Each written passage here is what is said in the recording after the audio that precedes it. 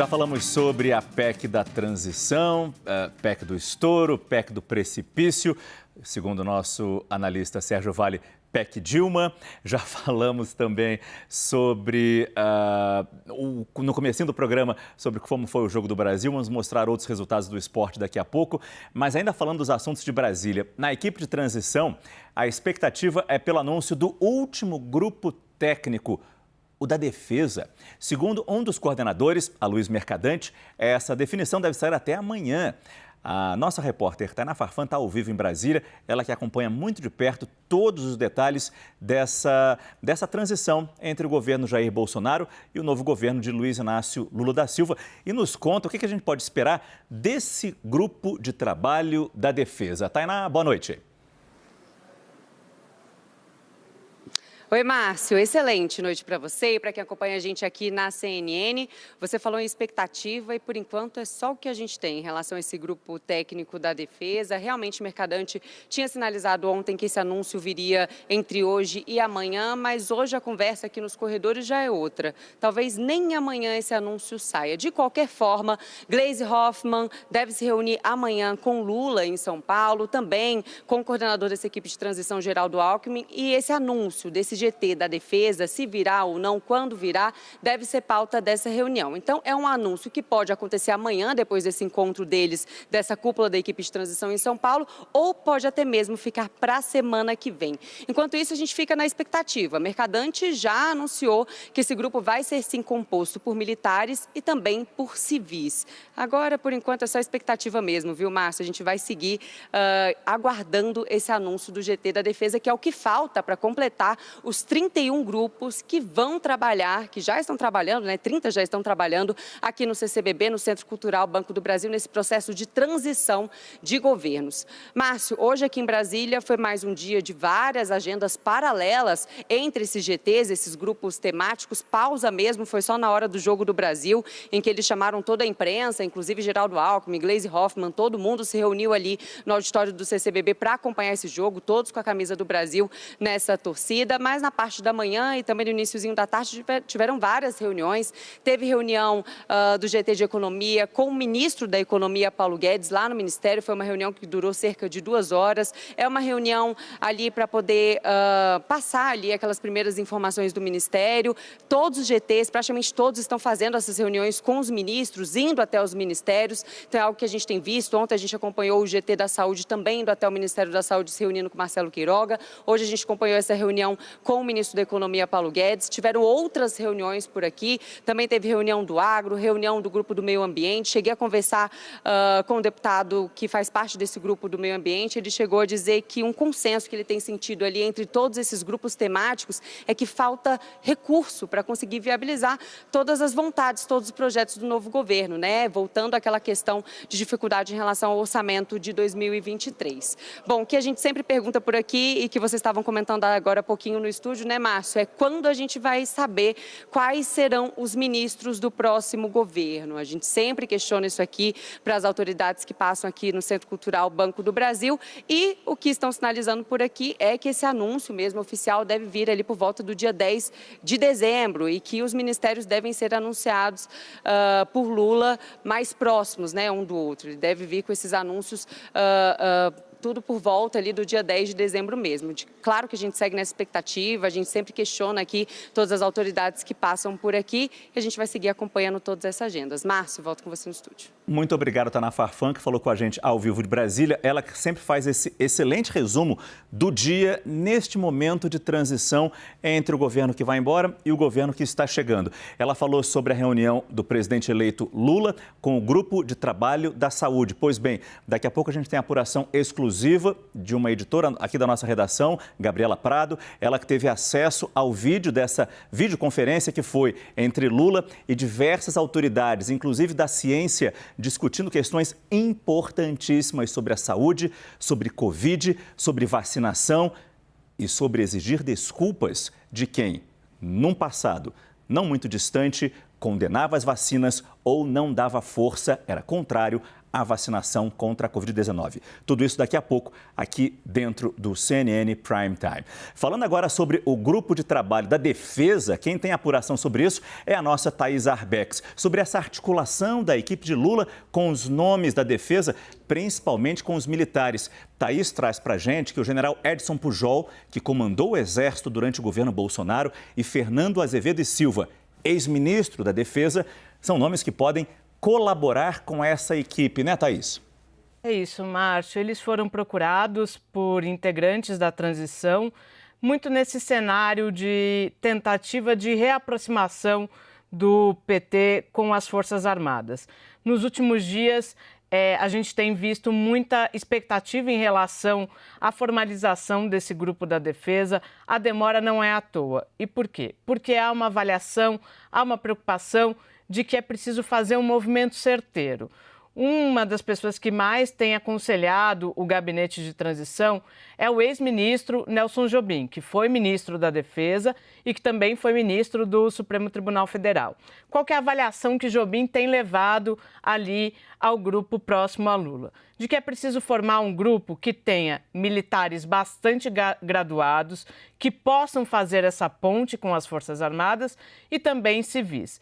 Jobim, inclusive, chegou a sugerir alguns nomes para a composição oficial desse grupo e eu também consegui apurar que, sim, o gabinete de transição já entrou em contato com Fernando Azevedo e com Pujol. Havia uma expectativa ali inicial de que eles pudessem ser integrados oficialmente no comitê que vai discutir as questões da defesa.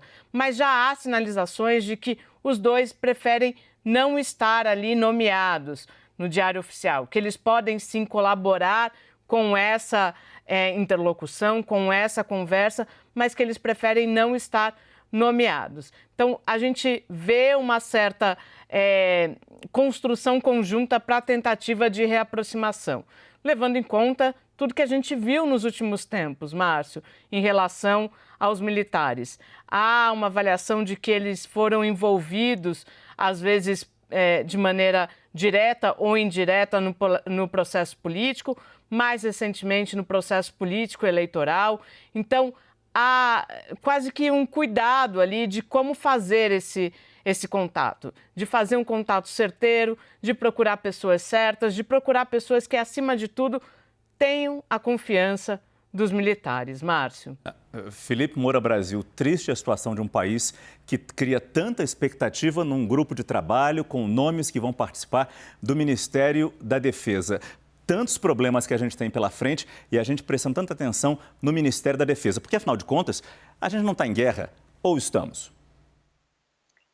Pois é, Márcio, fica até meio estranho de responder essa pergunta. A gente não está em guerra, mas existe uma polarização tóxica e existe uma mobilização de reacionários aloprados para bloquear a estrada, que está resultando em atos considerados já pela Polícia Rodoviária Federal, essa PRF pós-Silvinei Vasquez, que está de férias, como atos criminosos, atos terroristas até.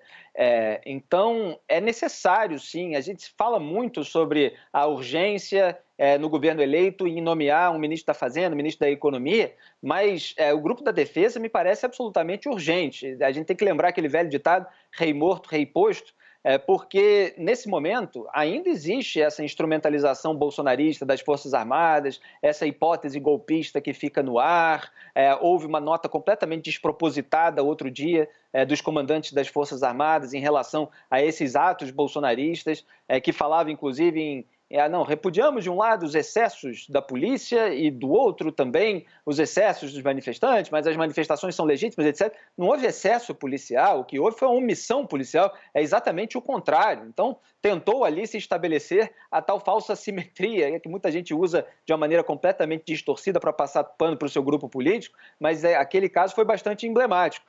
Então, assim, você colocar alguém para liderar esse ministério nesse momento e já gerar uma saída, um norte para aquelas pessoas que estão ali naquelas instituições em relação à perspectiva de poder, pode ajudar nesse processo de amortecimento pós-bolsonarismo. Então, acho que há uma necessidade muito grande de se fazer isso. O PT me parece que ainda não tem um nome, tem essas pessoas que têm algum contato, já se aproximou do Fernando Azevedo, que saiu do Ministério da Defesa, foi ali em março de 2021, soltando uma nota dizendo que preservou as Forças Armadas como instituições de Estado, justamente no momento em que Jair Bolsonaro tentava instrumentalizá-la. Ele foi condescendente com muita coisa no bolsonarismo, mas parece que chegou a um limite. E depois o que a gente viu foi realmente muito pior, como está até agora. Então, acho bom que o PT faça contato com quem saiu do governo Bolsonaro por certa resistência e vamos ver se vai conseguir tirar do ar, aqui no ambiente cultural brasileiro, qualquer hipótese de uma beligerância ainda maior.